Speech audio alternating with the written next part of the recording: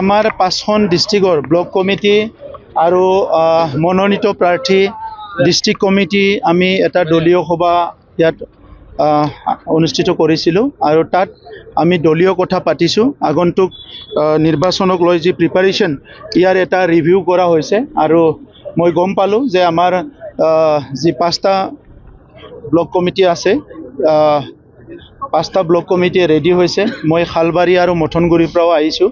গতিকে নিৰ্বাচনক লৈ পেলাই যোৱা 6 মাহৰ পৰা আমাৰ এটা ভিতৰীয়া এটা থিয়ৰী এটা তৈয়াৰ হৈছিলে, পুৰ মেন ইলেকশ্যন মেনেজমেণ্ট থিয়ৰী, আৰু সিটোৰ দ্বাৰা আমি কাম কৰি এতিয়া 40টা সমষ্টিত এনেকুৱা এটা সমষ্টি নাই য'ত আমাৰ 6,000তকৈ কম পৰিয়াল আছে। 6,000ৰ পৰা 15,000লৈকে পৰিয়াল এটা সমষ্টিত আমাৰ হৈছে, যিটো UPPL ফেমিলি বুলি কোৱা হয়। ফেজ 1, ফেজ 2, ফেজ 3 এটা কেম্পিং ষ্ট্ৰেটেজি এটা কৰিছিলে আৰু আজিৰ তাৰিখত সেই সমীক্ষাটো যদি চাই, সেই এনালাইচিছটো যদি চাই, আমি একক সংখ্যাগৰিষ্ঠ লৈ পেলাই চৰকাৰ গঠন কৰি আছোঁ। ইয়াত একো সন্দেহ নাই।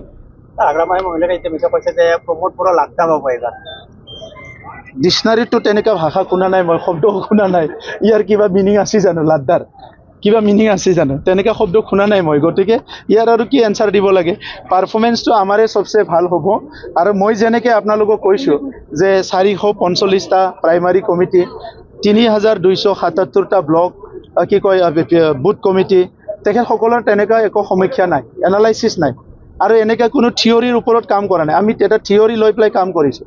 পাব্লিকৰ লগত যোৱা 5টা বছৰ আমি আছোঁ। বৰষুণে, বতাহ, দুৰ্যোগ, ভূমিকম্প, নেচাৰেল কেলামিটিছ যিয়ে নহওক কিয় আমি পাব্লিকৰ লগত আছোঁ। গতিকে ৰাইজৰ লগত আমি আছোঁ, ৰাইজ আমাৰ লগত আছে। আমি ৰাইজক হৃদয়ৰ পৰা সেৱা কৰিছোঁ। এই গোটেই পৰিৱেশটো চাই পেলাই আমি যিটো গম পালোঁ যে এই নিৰ্বাচনত UPPLে খুব ভাল ফল কৰিবলৈ গৈ আছে। ইয়াত একো সন্দেহ নাই। ছাৰ, আপুনি 5 বছৰত কিমান উন্নয়ন কৰা বুলি দাবী কৰে BTC-ত? দাবীটো মই নকৰোঁ, কামহে কৰিছোঁ। দাবী কিয় কৰিম? চাওক, উন্নয়ন কৰাটো আপোনালোকেহে ক'ব লাগিব।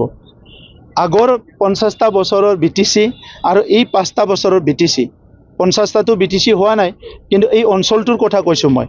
তো 17 বছৰৰ BPF আৰু 5 বছৰৰ UPPL, এই কথাবিলাক চালে আপোনালোকে গম পাব যে আকাশ পাতাল এটা পৰিৱৰ্তন আহিছে। আৰু এই পৰিৱৰ্তনটো সকলো এটা জনগোষ্ঠী নহয়, 26টা জনগোষ্ঠী, 35 লাখ জনসাধাৰণে উপলব্ধি কৰিছে, যাৰ কাৰণে আজি চবেই UPPLত যোগদান কৰি আছে, চবেই UPPLক ৱেলকাম কৰিছে আৰু UPPL দল হিচাপে খুব এটা পপুলাৰ এটা দল হিচাপে আজি প্ৰতিষ্ঠা কৰিবলৈ সক্ষম হৈছে। ইলেকশ্যনত প্ৰচাৰ অভিযান কেনেদৰে চলিব? ডাঙৰ সভা কিমান বা ৰেলী কেনেকুৱা বা ষ্টাৰ কেম্পেইনাৰ কিবা আহিব নেকি? ষ্টাৰ কেম্পেইনাৰটোতো আমাৰ UPPLৰ ষ্টাৰ কেম্পেইনাৰ 20জন আমাৰ ষ্টাৰ কেম্পেইনাৰ আছে। তেখেতসকলে বিভিন্ন স্থানত কেম্পিং কৰিব। ডাঙৰ সভাও আছে, ৰেলীও আছে আৰু আমাৰ প্ৰত্যেকটা ব্লক কমিটিত সভা আছে, প্ৰাইমাৰী কমিটিত সভা আছে। এই সভাবিলাক অলৰেডি ডিজাইন কৰা হৈছে।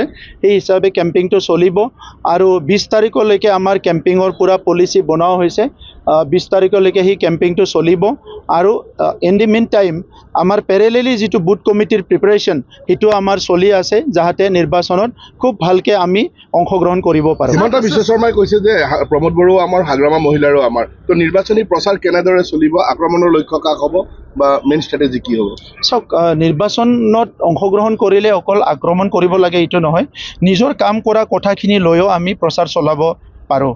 বহুত দল আছে বা বহুত ব্যক্তি আছে যিসকলে পলিটিক্স কৰা মানে কাকবা গালি গালাজ কৰা, কাকবা বেয়াকৈ কোৱা, সেইবিলাকে পলিটিক্স বুলি ভাবে।